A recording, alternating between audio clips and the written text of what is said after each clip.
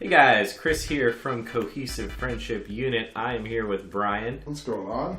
And Jeremy. Your boy Little Hustle.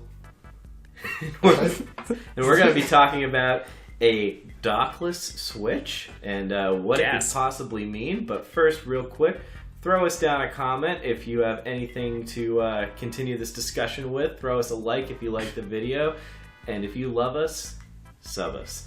All right, so here's the lowdown. We got a Nintendo Switch, right?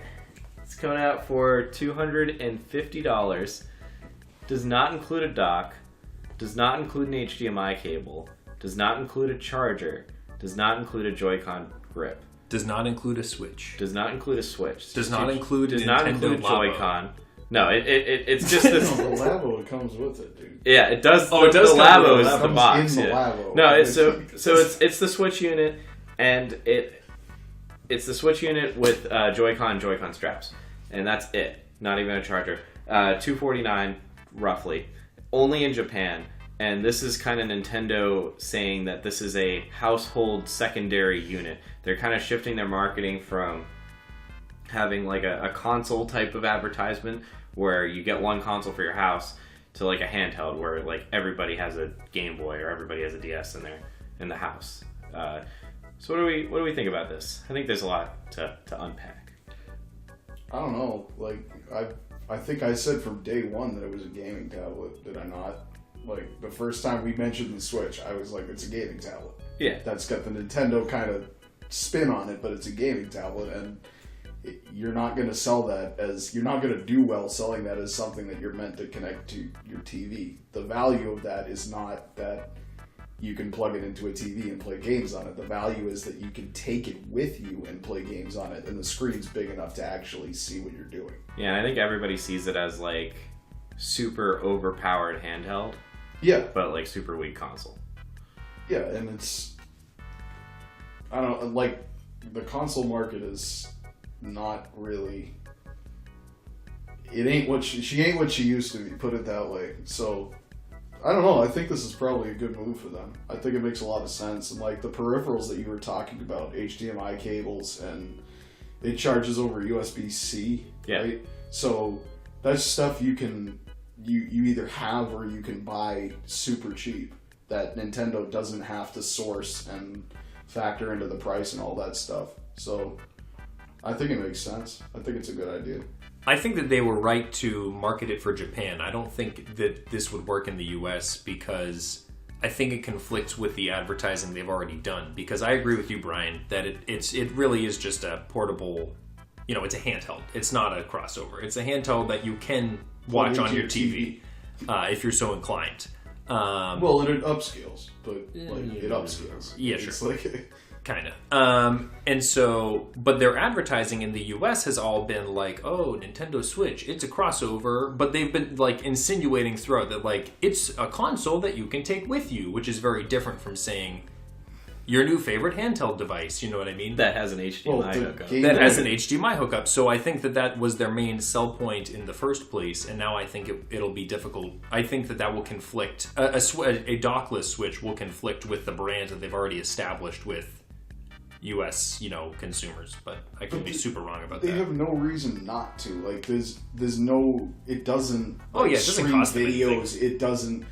Like, the other stuff that you could do while it's plugged into a TV, like, they don't support. So, like, you can't get Netflix on your Switch, can you? Nope. Just Hulu. Are you fucking serious? Yeah. That's hilarious. They have a Hulu app and not a Netflix app? I use the Hulu app. No, I love Hulu, but that's just so random. Like, what's the rationale for having a Hulu app and not a Netflix app? It's very strange. Aggressively. Like, but that's, anyway.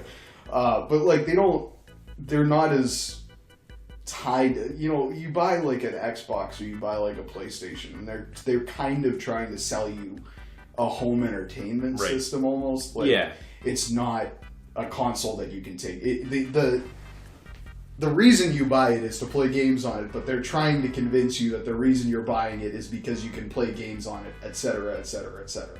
Where Nintendo is like, you play games on it and you can take it with you. Right. And that's what it does. Right. And I think in Japan that'll work. I think that the appetite for Switch in Japan is enough that people will be like, oh, save $50 on a Switch. And yeah, I think it's much more likely that like, oh, I'm going to have one and my brother's going to have one.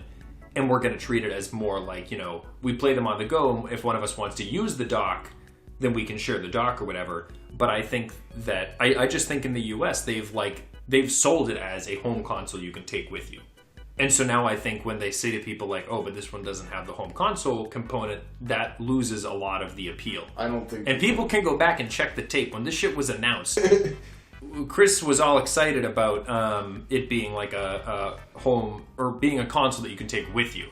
And I remember for sure that I was on the record as saying it was a portable tablet. Brian, I think you said the same thing, but I think that consumers who are excited for the Switch, and they've clearly done a good job with their branding on this console, they were excited for it as a console you can take with you, as opposed to a new handheld. I think if they had marketed it as a handheld, right, but it wouldn't have gone it's not really a handheld in the traditional sense, because it's like a really expensive handheld. It wouldn't have bigger, though. It wouldn't have taken makes a off. difference. It wouldn't have taken off if they marketed it. Exactly. The fact that they marketed it as a hybrid caught people's eye. Exactly. And I think that since this effectively is saying, no, it's not a hybrid, I think that this is more likely to be like a Wii U scenario where it's just people are a little confused about like, wait, so is this a different Switch? Like if they tried to sell it in the US. I think in Japan this will do gangbusters. I don't think they'll have any problem selling it in the US. I see this as like a pilot. Like I think what happened is they did this original marketing, like we said, but they weren't convinced that it was going to sell as well as it's selling. And I think now that it's selling as well as it's selling, there's a little bit of greed going on. They're trying to peddle out some more units. They're saying, oh, it's already hot as shit. Let's market it as a handheld, which historically sells even more than consoles because XYZ. You know, they're cheaper. They're for the person, not for the family. And maybe we can squeeze some more. I'm curious about a few things. So, for example, part of at least the marketing of the Switch is that it is split screen. It's two players, one console. You break the joycon up, you got 2-player Mario Kart. So, and I guess in this case now it's better because you can hook up two systems. It just, that feature in particular feels kind of dead now. Yeah, for sure. Yeah, if you're trying to 100%. But also clarify, like me thinking that this in a rare instance, me thinking that this not necessarily would work in the US.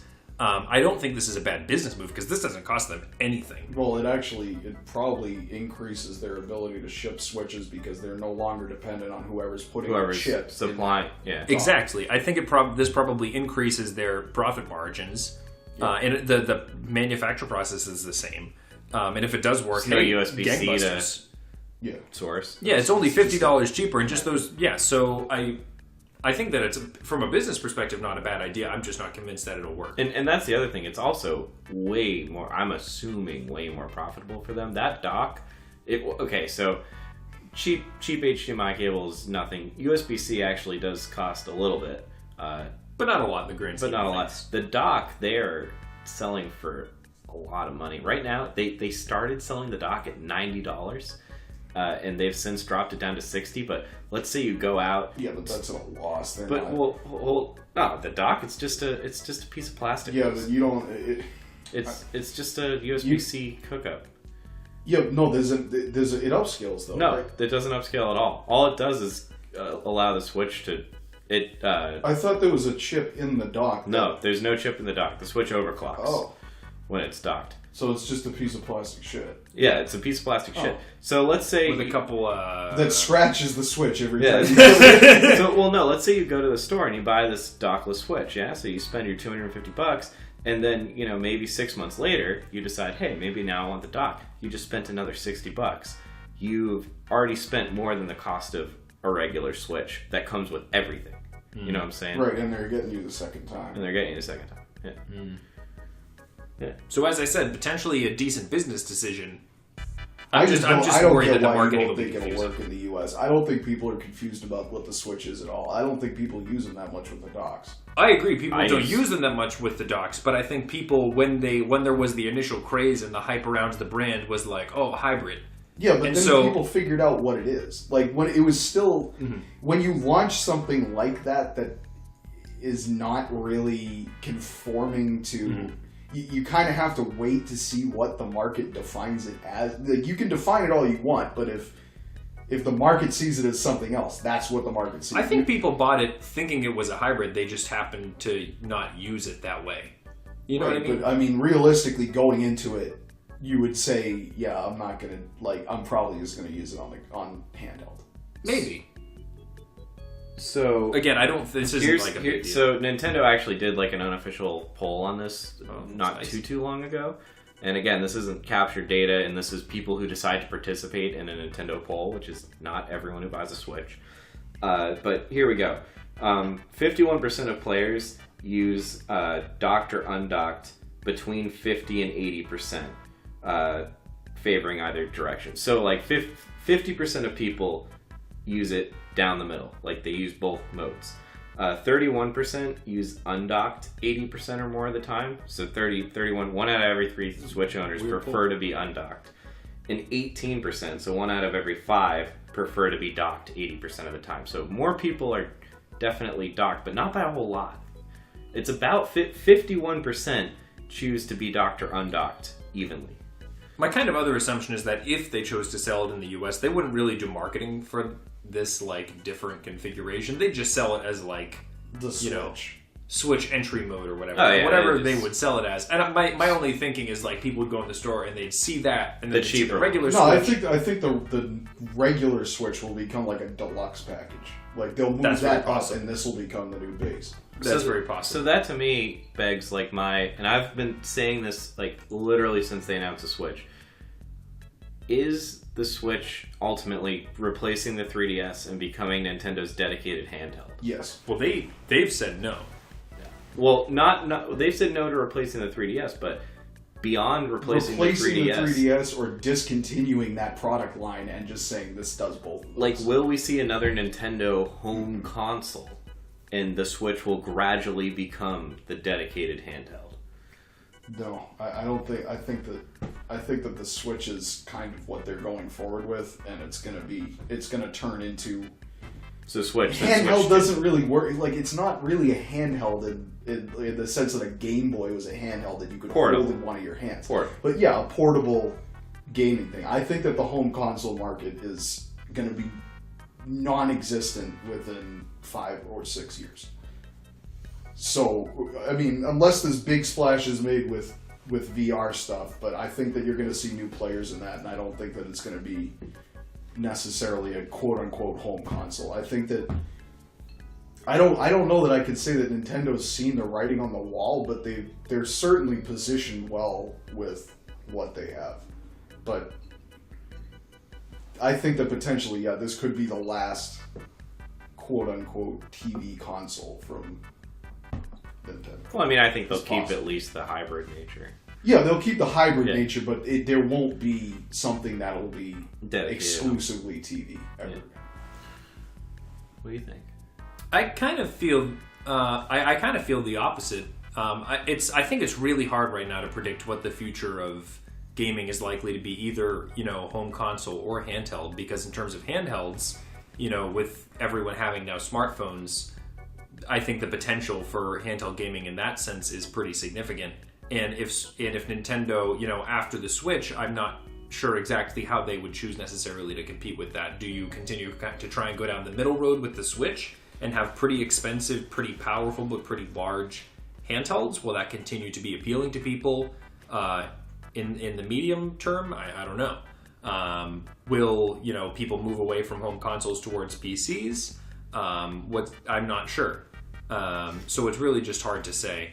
I would say that barring a dramatic change in either market, I think after the Switch, they'll probably go back to doing two distinct things. I don't think they'll want to do a hybrid console forever. That's not what they've done in the past. They put out a console, and even weird consoles like the Wii, like they did that for 5 years, and then they were like, okay, now we're a tablet, and then that didn't work, and then they're like, okay, now we're a hybrid. The Wii U was kind of like a proto Switch. It was a proto Switch. They have been thinking this kind of way for a little while. Kind of. I don't really believe them with that. I think that's kind of them covering their ass for the Wii U sucking balls. That then they're like, because now the Switch came out and it's like good and people like it and they're like, oh yeah, that's what we were trying to do with the Wii U. That's the ticket. I think they're saying exactly what they're saying. The Wii U was a poor implementation of something that could have been a good concept. Or it was a shitty concept that couldn't be implemented well, no matter how you did it. But with the Switch, they've taken that and they've revised it somehow. Right, and so I think they'll continue to evolve. I don't. It's just so hard to say with Nintendo like what they're gonna do. They do the damnedest things. They do the damnedest things. Those kids. Those all right, Nintendos. So let me ask you guys this, and this is my last question at least. You have so I'm sending you because I'm the only one of the three of us who actually owns a Switch. Mm-hmm. So I'm gonna send you guys to Best Buy or GameStop or your favorite friendly video game retailer. I'm gonna give you $350. And so that allows you to either buy the classic Switch with the dock and all that, the charger and the Joy-Con grip and all that shit, and one game, which would bring you up to $350, or you buy this dockless set, you buy 2 games. You spend the same $350. Brian, what are you going to do? I'd buy the dockless set and 2 games, and then buy the stuff that makes it work on my TV on Amazon, or at a cheaper price than I would get it from Nintendo, because I don't care about having a dock. If the dock doesn't do anything except hold it up, like you could put it on a piece of wood, you could put it on a book, you could make it custom. Put it on a coaster even if you wanted to. Okay. What about you? I'm doing the same. I would buy a dockless and a couple games. Okay. Cool. Yeah. I mean, I think I would still buy my standard one. Bitch. Yeah. Well, I like the.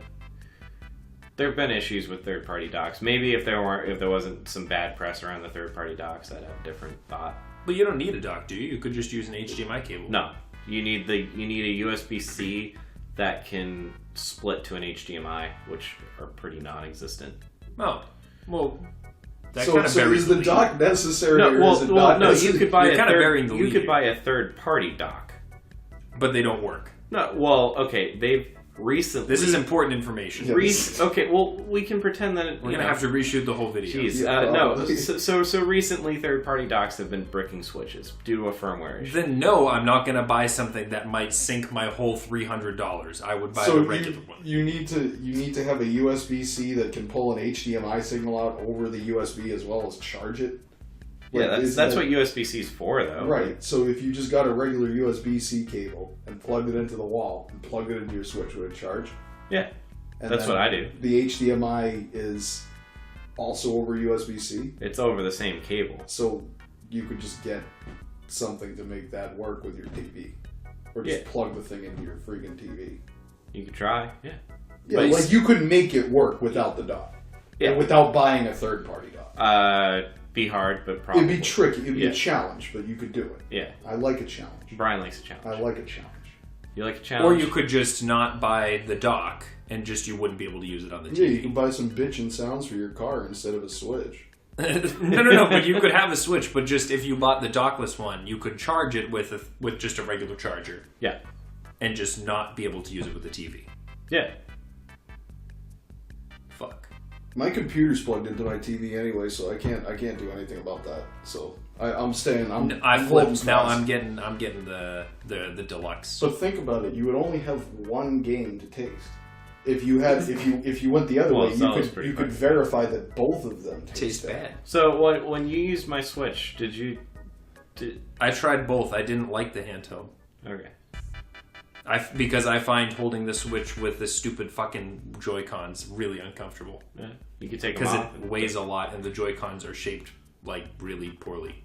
It isn't very ergonomic. No. They could do better with that. It was made by someone who's never seen it. The Wii U gamepad is extremely ergonomic. But the Wii U gamepad... It's also the Wii for hours, but you wouldn't want to. It's a Fisher Price The Wii U gamepad has gone too far the other way. It's too ergonomic. It's so ergonomic it becomes almost uncomfortable for me. Yeah. The Wii Joy-Cons, the Switch Joy-Cons, there we go. Those have been designed by someone who has never before seen a human hand. No, they were designed by a person with a quarter and a ruler. They drew around the quarter and then 2 straight lines. They were designed for fucking Lego minifigures. Yeah, or if your hands are like little 2 clips. inches long. Yeah, which I have normal human hands, so they're not comfortable. Fair enough. I have fat little. I actually hands like the and joy-con, they don't. but- I think I like them detached. You're lying. No, That's I like not them. true. I like them detached. You convinced yourself. They're objectively They're bad. better than They're the not Wiimote. great, dude. They're not great. Yeah, the Wiimote was probably the worst controller I've ever used. As a control, like unless you're like waving it around and like pointing it at the screen, yeah. As a controller with the buttons, it fucking sucked. It fucking sucks. in pretty Although much these are every way. worse because the buttons are crammed into that. It's like Oh no, you Yeah. use it sideways and you want to blow your fucking brains out. yeah, pretty much. Okay. On that note, do we have any closing thoughts about the Dockless Switch? Or are we good to roll? I think we're good to roll. Brian, we good to roll? I think we're good to roll, and thanks a lot, Chris. Guys, if you want to blow your fucking brains out every time you turn your Joy-Con sideways, make sure you let us know down in the comments there. And as always, make sure to like and subscribe to this video. Click that little ringy-dingy up in the top right corner of your screen so you get notified of cool shit. I'm fucking done, man. Well, you heard the man. You want to get that cool shit? Please like and sub. We'll catch you guys next time. Peace. Oh man, are we too drunk? No, dude. I'm not even...